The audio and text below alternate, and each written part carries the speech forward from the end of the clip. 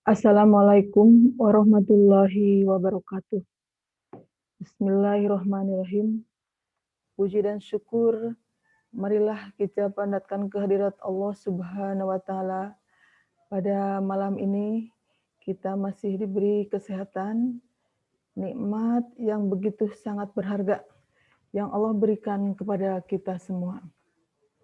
Baik, untuk mengawali presentasi ini, kami akan mencoba menerangkan mengenai penyusunan bahan ajar dan rubrik penilai.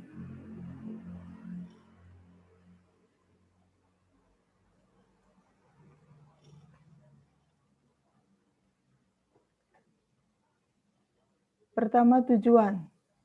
Peserta dapat memahami teknik penyusunan dan pengembangan bahan ajar. Yang kedua, peserta dapat memahami pengembangan, evaluasi, dan rubrik penilaian. Next. Pokok bahasan. Pertama, teknik penyusunan buku sebagai bahan ajar. Kedua, tahap pengembangan dan penyusunan buku sebagai bahan ajar. Tiga, lembar evaluasi bahan ajar.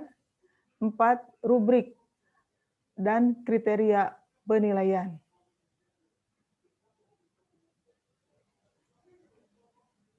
Sekarang bagaimana teknik penyusunan buku sebagai bahan ajar? Pertama, sebelum membahas secara teknis dan khusus tentang penyusunan buku ajar, secara mendasar perlu dipahami tentang buku ajar. Pertama, suatu materi perkuliahan atau pelajaran yang disusun secara sistematis sebagai sumber belajar untuk mencapai tujuan pembelajaran. Menurut National Center for Competency Based Learning tahun 2007 adalah segala bentuk bahan yang digunakan untuk membantu dosen atau guru instruktur dalam melaksanakan proses pembelajaran. Jenis bahan ajar banyak sekali jenisnya, mulai dari bahan cetak, audio, visual, dan multimedia interaktif. Namun, dari keempat jenis bahan ajar tersebut, bahan ajar yang paling relatif mudah dibuat adalah bahan ajar cetak. Sekarang fungsi bahan ajar dibedakan menjadi 3 macam. Menurut Prastowo dan Lestari, pertama, fungsi bahan ajar dalam pembelajaran klasikal antara lain sebagai satu-satunya sumber belajar serta pengawas dan pengendali proses pembelajaran. Peserta didik bersifat pasif sebagai bahan pendukung proses pembelajaran yang diselenggarakan. Sekarang fungsi bahan ajar dibedakan menjadi 3. Yang keduanya yaitu fungsi bahan ajar dalam pembelajaran individual antara lain sebagai media utama dalam proses pembelajaran, sebagai alat yang digunakan untuk menyusun dan mengawasi proses peserta didik dalam memperoleh informasi, sebagai penunjang media pembelajaran individual lainnya. Yang ketiga, fungsi bahan ajar dalam pembelajaran kelompok antara lain sebagai bahan yang terintegrasi dalam proses belajar kelompok dengan cara memberikan informasi tentang latar belakang materi, informasi tentang peran orang-orang yang terlibat dalam pembelajaran kelompok, serta petunjuk tentang proses pembelajaran kelompoknya sendiri.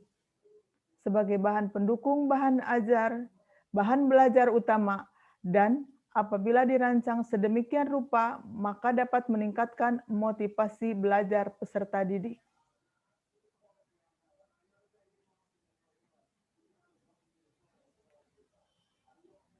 Sekarang karakteristik bahan ajar menurut Widodo dan Jasmadi dalam Lestari.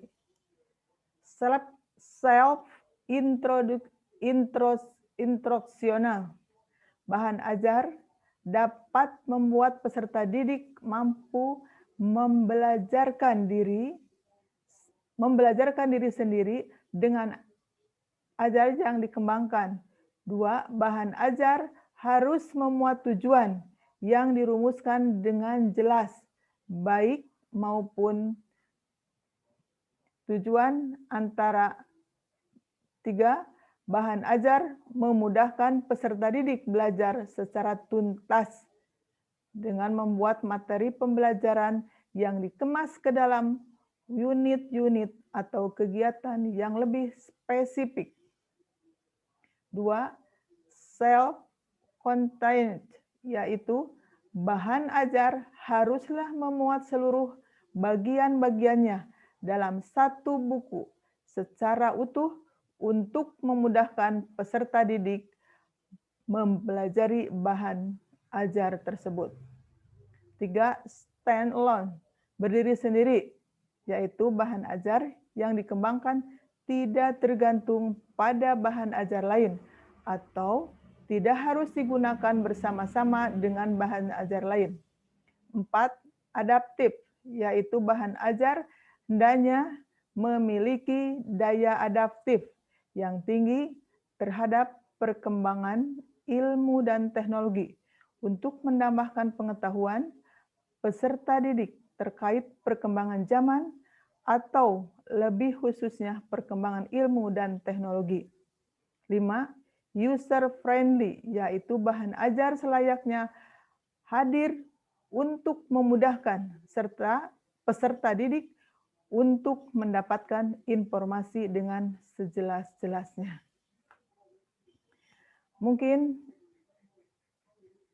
itu saja penjelasan mengenai bagaimana menyusun bahan ajar dan rubrik penilaian. Terima kasih. Assalamualaikum warahmatullahi wabarakatuh.